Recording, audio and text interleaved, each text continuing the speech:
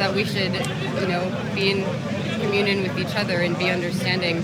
Not in my belief, I wouldn't be like in a subservient form to what I believe is God, but I would want to embody that and see it in others.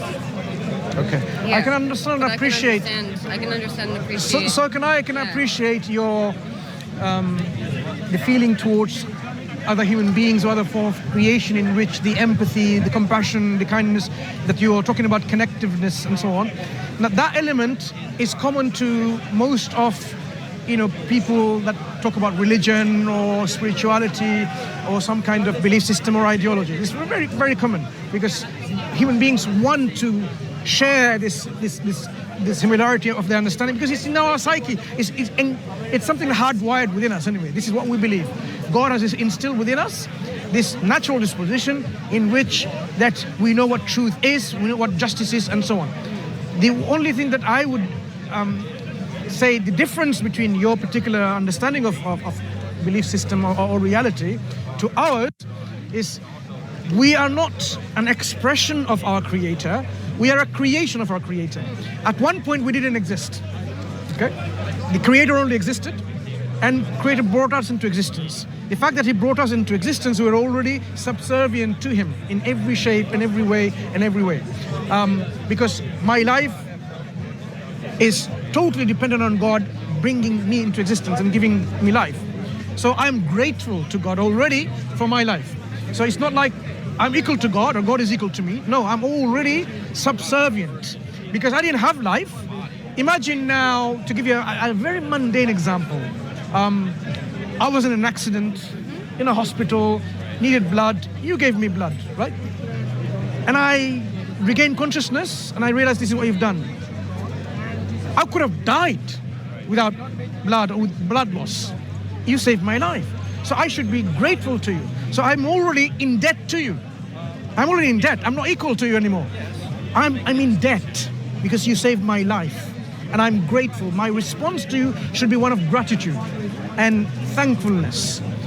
When I'm created and given life, I'm already in debt to God. I'm not equal to God anymore.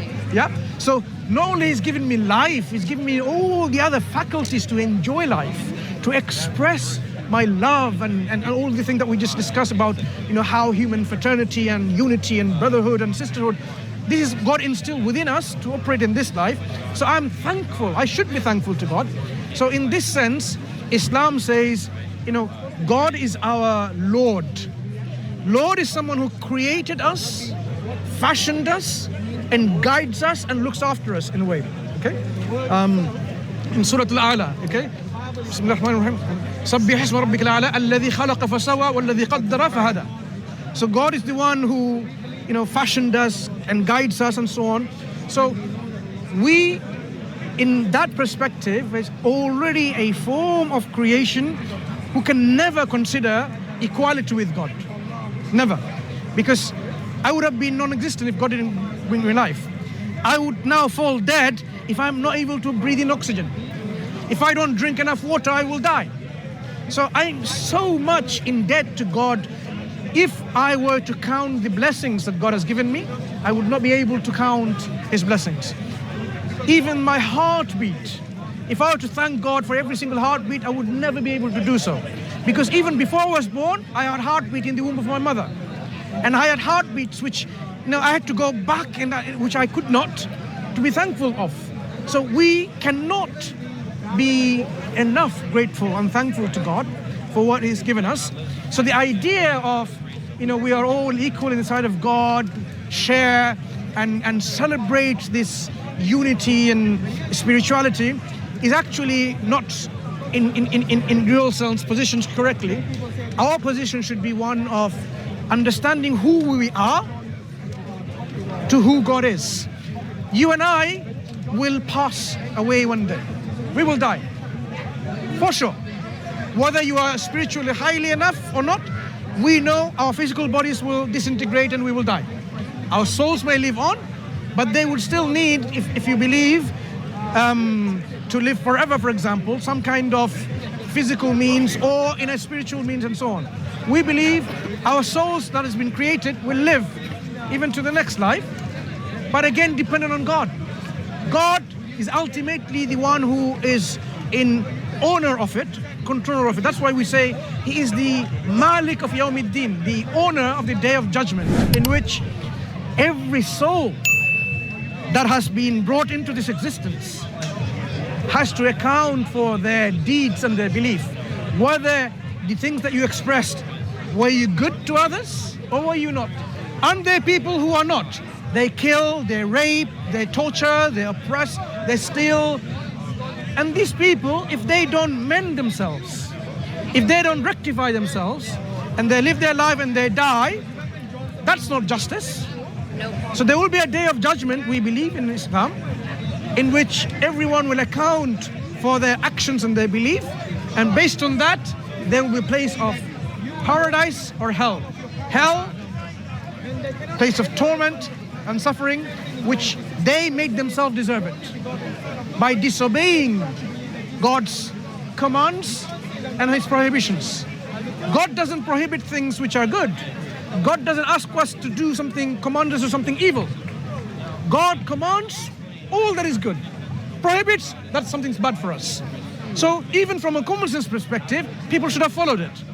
Those who don't do that, in the Day of Judgment, they would then deserve the justice and be accountable for their wrong things that they have done, not following what God commanded. But those who do the good actions, be charitable, be nice, be just, be truthful, be compassionate, be merciful, don't cheat, don't lie, don't kill, don't murder, don't rape. All of these things that God's commanded and you keep them, avoid the bad, that tidings of paradise in which is joy, peace, contentment, tranquility, happiness.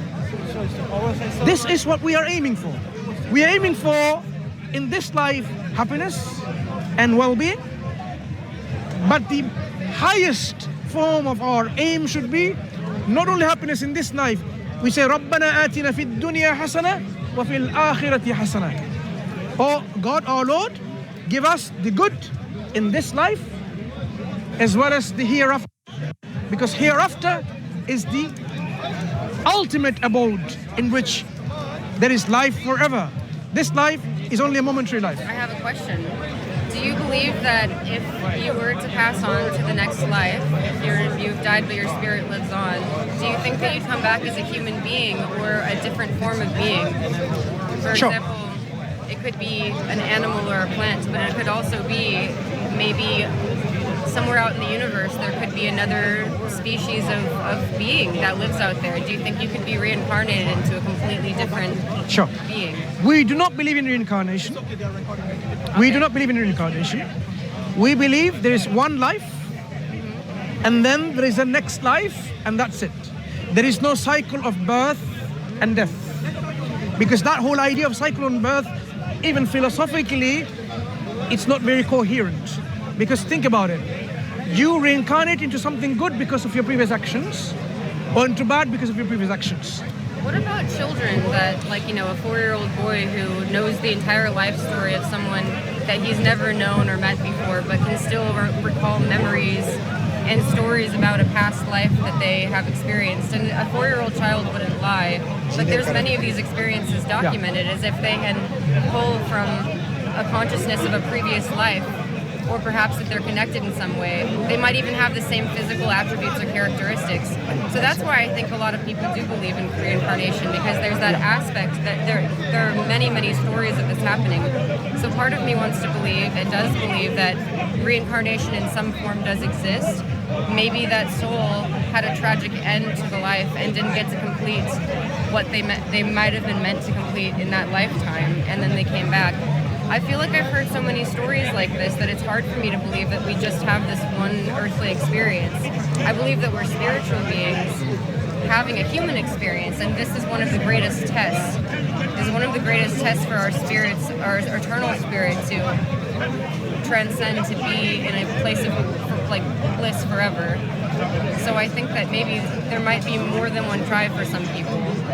Sure. Especially if you were born into really, really really difficult circumstances. I feel like your circumstances at birth may heavily affect the way that you live in service to God or to whatever belief system you have. So that's what I think. I think that it's very possible that we could come back more than once, and I don't know if there's necessarily one place that we go to, but it could be that we change into different forms of existence in the future. Like, what if we came back as like a different kind of being, like an alien being or something Sure. that we can't fully comprehend because we're only humans. We're using our human brains to notice the world around us, to understand the world around us. And yet we know that there are animals that can see colors that we can't see. We know we can only see a small part of the visible light spectrum, and we can only really experience the third dimension. So I think that there's a lot that we cannot experience that does exist around us. And there is that like mystery aspect. So I'm always wary of making up my mind about what I think is going to happen in the beyond after death, because I don't believe humans are capable of fully understanding that. But while we're here, being in service to others and loving others is the point that almost every spirituality I've ever known of gets to that point. That's the thing that we all share. Living in service to one another, to love another person is to see the face of God. It is to serve another person and to live a good life, to love those that are around you. And I've had trouble with the idea. I appreciate that you explained the idea of like servitude. If I was given life, then that's something that you're endlessly grateful for, that you'll never be able to really be fully thankful for. But I think that you could be simply by living a good life and appreciating everything around you as it's valid and worthy of love and attention and respect. Whether it be a tree or a park where you don't want to throw your plastic trash on the ground because the earth is something that was a gift.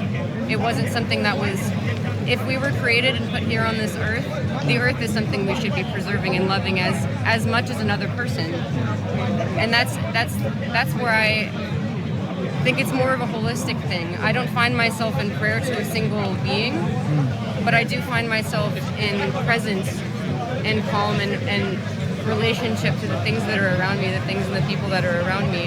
And I think we get to the same conclusion, although it's two different ways of appreciating life. I feel like this isn't the first time that I've been here. I don't think that this is the first life I've ever had. Okay. So if I may, I mean... It's more of a holistic thing. I don't find myself in prayer to a single being, but I do find myself in presence. You'll be surprised. These are the Islamic core values. Core values in which looking after the environment is so essential. Like, one of the signs of faith is actually removing a thorn from the path so that it's free for other people being hurt. For them to be safe, to look out for others. Yeah, one of the branches of faith, this is what it is. Looking after the animals and the plants. I mean, we cannot, even in warfare, sometimes when it's a necessity, right? We cannot go, for example, in fighting a war because of all this necessity, and then you destroy their crops, and they're totally forbidden. So Islam, I'm just giving you an example, even to like something like, you might say, in a warfare, you destroy everything of your enemy. He said, no, absolutely not. You don't destroy the cattle, the farms, nothing. They had nothing to do with your, the differences that you're having war with. So Islam asks you to treat holistically, the word you use, everything in the creation. In fact, let me give you two examples. There was a prostitute who was, of course, selling her body for a living, which, in God's ways, not acceptable to live your life accordingly. God has given you a life, not to sell your body, okay? At one point, she saw a thirsty dog, almost dying of thirst. She went to a well and quenched the thirst of the dog. Our Prophet ﷺ said, because of that, God has forgiven her and she'll go to paradise. Just showing how, by showing kindness and mercy to animals. So Islam is not such that it's a belief system in which you just look at a human being's welfare. No, you look after the environment. In fact, we are told not to even pollute the air and the water and the land and so on, because it's a huge burden that we're placing. So all of the things that you talk about, how to look after the whole world around you, is a part and parcel of Islamic teaching. That's wonderful. Core teaching, right? I really Good. appreciate So it, you can yeah. connect to that already. The thing about a 4-year-old boy knowing a lot of things, recollecting and so on, with all due respect, right? Of course, I disagree with this idea that we have established way where we have verified some people recounting the past lives and so on and so forth. We hear lots of stories. Just like we hear stories of pastors coming on the stage and they see someone on the wheelchair that says, stand up and walk, and they keep walking. That's literally an actor that was planted in the audience. But I mean, the story of the 4-year-old boy is actually very well documented and studied, and they found exactly who the person was, down to like, he was like a German soldier in World War II who crashed in a plane. He landed in Britain and like lost his leg during the accident, and like the child even had a strange birthmark above the same leg that he lost, and he remembered, he drew pictures of all of the medals that this particular soldier had, and he even resembled him. And they found it's impossible for him to have known this? And it's impossible for him Why to is it have known impossible for him to know? Because he was a 4-year-old child raised mostly at home with his mother and father who weren't German. No, And they why lived is it in a impossible for completely this different connection country. to have known that information and to fed that To give you an example, Well, I don't think it's impossible. I think that these things that seem impossible are the things that keep me open-minded to not fully believing in one system or another. No. I think there's a collection of... What I'm saying is, many of the things we know, just like example of the stage on a wheelchair of a Christian pastor, for example, to a Christian mindset, that's a miracle. They don't see past that. They would not be able to see easily past that. They will say, no, it's a miracle. So there's some kind of, it's not cognitive dissonance, it's something opposite, in which they cannot see that actually this could have been manipulated and tricked because of their particular worldview in which they're engulfed in. So that leads them to accept that quite easily. Likewise, someone who's spiritual and has an understanding of reincarnation to be a possibility and so on, it will be easy for them to say, yeah, a 4-year-old can know that. But for a critic, a critical-minded individual will say, okay, is it impossible for them? No. Is there impossible for them to have known by connection from others feeding that information? Because nowadays, for example, we can get a 4-year-old, 5-year-old, 6-year-old giving lectures about human relation between man and woman, how to have conduct sexual relation and so on, because they can be all taught that. They can memorize it on taught. They can be taught in terms of how to say this and so on, whether it's the parents, by themselves and so on. So you cannot simply take that to be because it's all well documented and so on. If that was the case, reincarnation is possible as a belief system, it shouldn't be just one individual. You should be, for example, you, me, and others. We should all somehow regain that Not necessarily. previous memory. Why not? I What's think- stopping us? I think that it may be specific to people who've had traumatic deaths or something like that. What's And- stopping us from recollecting our past life, if there was a past life? And I also think that the point that you're getting at is if we're not to believe others' like lived experience in the way that they're just saying it, because they could just be telling a story, then what we really should be believing is our own lived experience and what the truth that we can derive from that. Which is why I take issue in when someone writes something down and then says that it is the word of God. I have That's trouble the- with that because I can understand it's the that. same thing. But there's a Because difference any- between the because- Quran, by the way. We can highlight that. Sure, but if you do take the time to write down words and then sell it as truth to people, then evidence. then it could be the same thing as someone making up a story about their 4-year-old having a past life experience. When you make a So, comparison, in the way that I feel about my spirituality is being grounded in this present moment and feeling the life that vibrates around me and experiencing love and bliss and experiencing the contrast of life. That's the true lived experience. what stops you from recollecting your past memory? I think that we're all human beings with amnesia. I think that we don't remember. Why not? I don't think that we can. I don't know that it's natural for